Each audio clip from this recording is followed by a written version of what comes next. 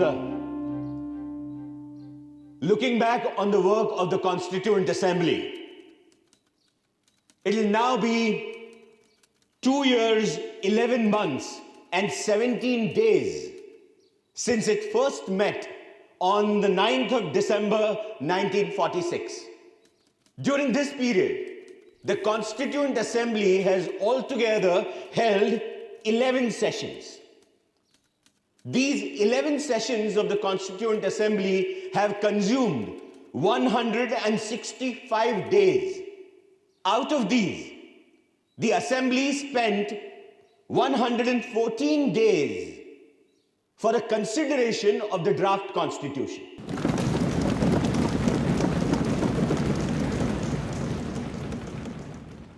Coming to the drafting committee, it was elected by the Constituent Assembly on 29th of August 1947. Since August 30th, it sat for 141 days, during which it was engaged in the preparation of the draft Constitution. Mr. Naziruddin Ahmed has coined a new name for the drafting committee. He calls it a drifting committee. Mr. Naziruddin must no doubt be pleased with his hit, but he evidently does not know that there is a difference between drift without mastery and drift with mastery. If the drafting committee was drifting, it was never without mastery over the situation. It was not merely angling with the off chance of catching a fish. It was searching in known waters to find the fish it was after.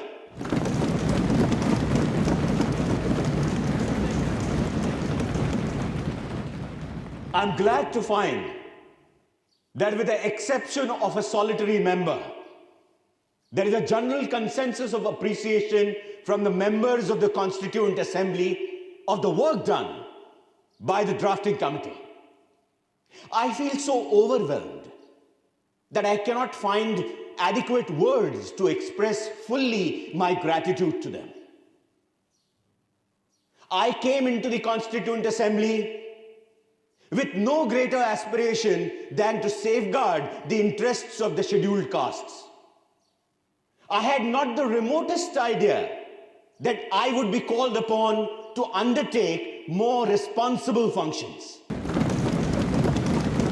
The credit that is given to me does not really belong to me.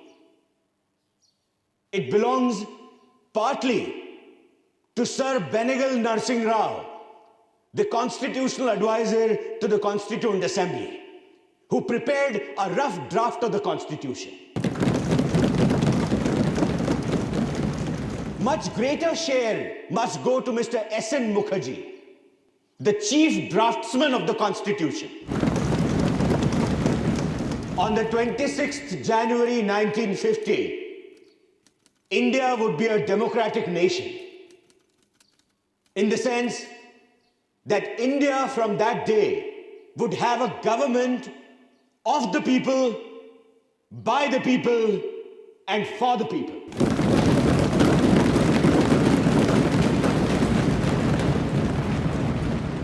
A thought comes to my mind. What would happen to her democratic constitution? Will she be able to maintain it, or will she lose it again? If we wish to maintain democracy not merely in form, but also in fact, what must we do? The first thing in my judgment we must do is to hold on to constitutional methods of achieving our social and economic objectives. It means we must abandon the bloody methods of revolution. It means that we must abandon the method of civil disobedience, non-cooperation, and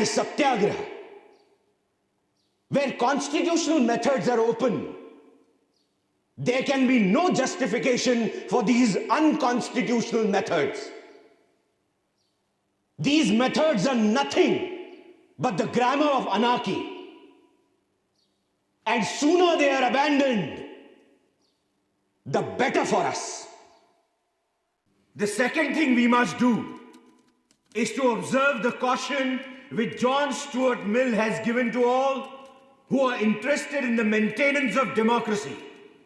Namely, not to lay their liberties at the feet of even a great man, or to trust him with power which enables him to subvert their institutions. This caution is far more necessary in the case of India than in case of any other country.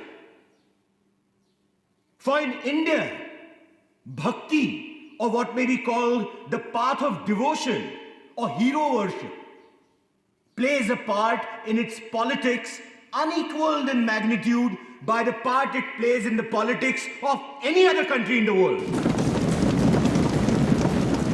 The third thing we must do is not to be content with mere political democracy. These principles of liberty, equality, and fraternity are not to be treated as separate items in a trinity.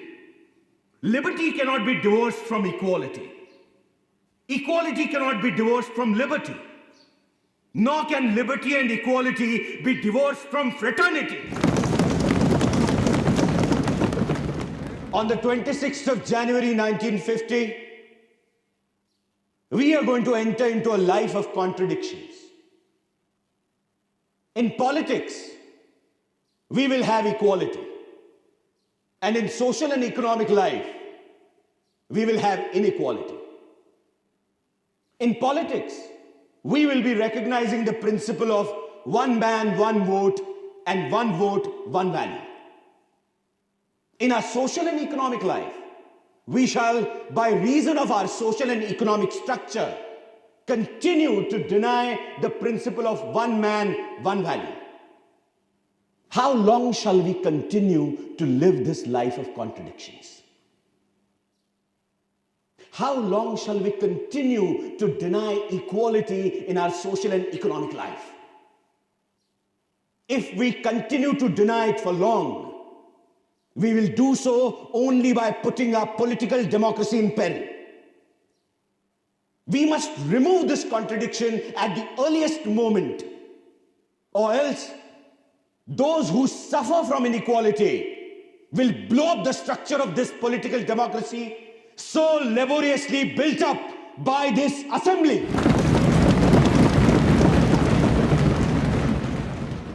Doctor Ambedkar के बोले गए शब्द आज भी जैसे इस सदन में गूंजते रहते हैं। अब सिर्फ एक काम बचा था, संविधान का अनुमोदन और उस पर सारे सदस्यों के हस्ताक्षर।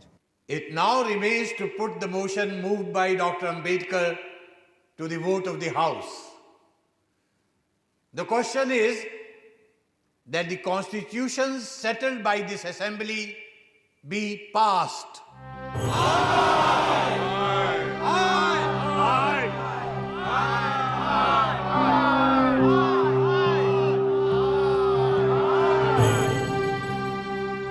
The motion is adopted.